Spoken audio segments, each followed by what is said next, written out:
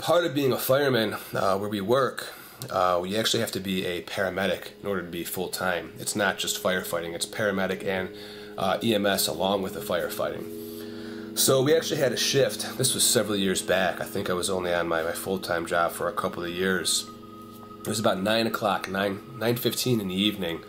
And it was pretty much a time where, like, all right, the day's winding down. We were fairly busy throughout the day, and everyone's kind of just, doing their own thing, whether they're reading a book, watching TV, talking to their wife. Just it's your time at that point. We work 24-hour shifts, and we're about to go to bed. The alarm goes off, and we get a call, and we didn't think it was actually what was going to happen. Basically, the call came in. It says you have 5 teenagers shot at a hotel party. And a nearby city was calling mutual aid. So right away, we all kind of go on high alert. Like, all right, you got 5 people shot. It's at a hotel. The city in which we work, it's not a horrible area, but it's not a great area. And you definitely have your spots where it's like, just be careful, and I'll leave it at that. So we get there on scene, and the first thing I can recall what it looked like, it was like Night of Living Dead. People were running, scattering, the cops were pulling up. We weren't even sure if the scene was safe yet, but I remember this kid, actually it turns out to be he was 17 years old, come walking out, and he's like, blue jeans and a white shirt that wasn't white. It was covered in blood. He'd gotten shot twice, once in the stomach and once in the chest. And he's like walking, literally like a zombie, and he just kind of looks and he goes, "Help me." And he spins around and falls on the ground. So we get the cot out of the back, we pick him up, we put him on the cot, and we're looking at this kid, and he's just not doing well. So we cut his shirt off. We find a hole in his, chest. And we find a hole in the stomach. So he's been shot twice by a small caliber, probably handgun. And we started going to work. So we started an IV.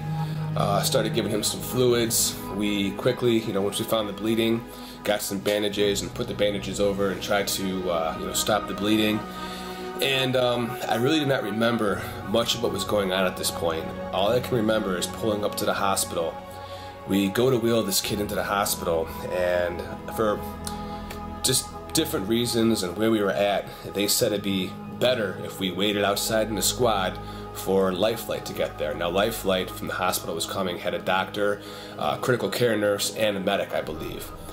The ER staff was pretty busy, they were overwhelmed, and they really didn't have anything for this kid to help him.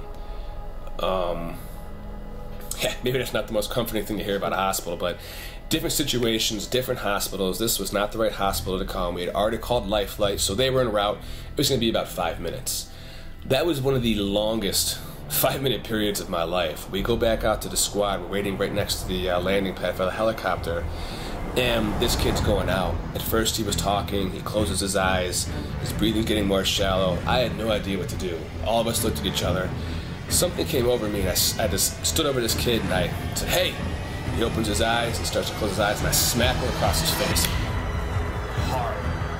And everybody looked at me like, "What are you doing?" I look up like, "I don't know." And the kid opens up his eyes and starts to go out again, so I smack him across his face again. And I'm like, I have to come up with something better than this. But it was an instinct, it was an instinctual reaction. They tell you what to do in school, and they try to train you for these events, but you don't know what's going to happen and how it's going to go down. So I thought to myself, all right, inner city, this kid's going out, I got to find some sort of a lifeline to throw this kid. So the first thing came to mind was basketball. I said, "Hey, kid, you play sports?" And he kind of opened his eyes a bit more and goes, "Yeah." I'm like, "You play basketball, football?" He goes, "I play basketball." I'm like, cool. I'm like, "I bet you're really good at basketball too, aren't you?" And he's like, kind of starting to come around a little bit more. And, we're all kind of looking at each other and a little bit surprised, like, really? Is this working? And so he's like, yeah, I'm a point guard. Mind you, this kid has 2 bullet holes, and we thought he was going to pretty much croak on us right there. Now he starts talking about basketball. So for the next minute or so, we're talking about basketball, and I start talking about his career, growing up in the, on the streets and being better than anybody else, and then getting accepted to a college, and, then getting a chance to play in the NBA and meeting the scouts, and this kid's like really kind of coming to life. So the doctor gets there. He opens the back door, and right away you just hear, "Oh no."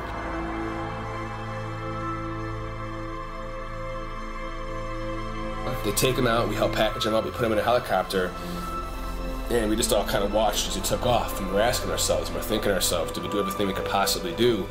Are we gonna, is he gonna make it? Could we have done something differently? Like, did we miss something? Could we have done something? You just do start questioning yourself, especially when you have a kid who's 17 years old. He's not even, a legal adult yet. He's got so much life in front of him if he wants it.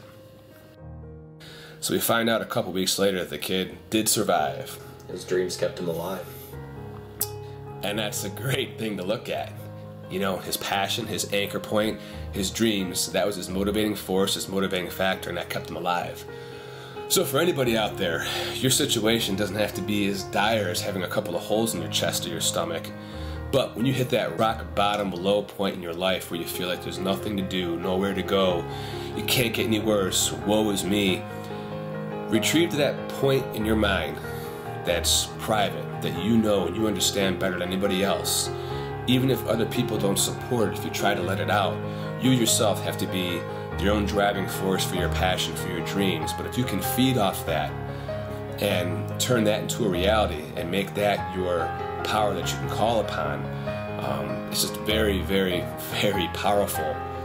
It's a very, very personable, powerful thing that you can do to save your own life, metaphorically and in reality.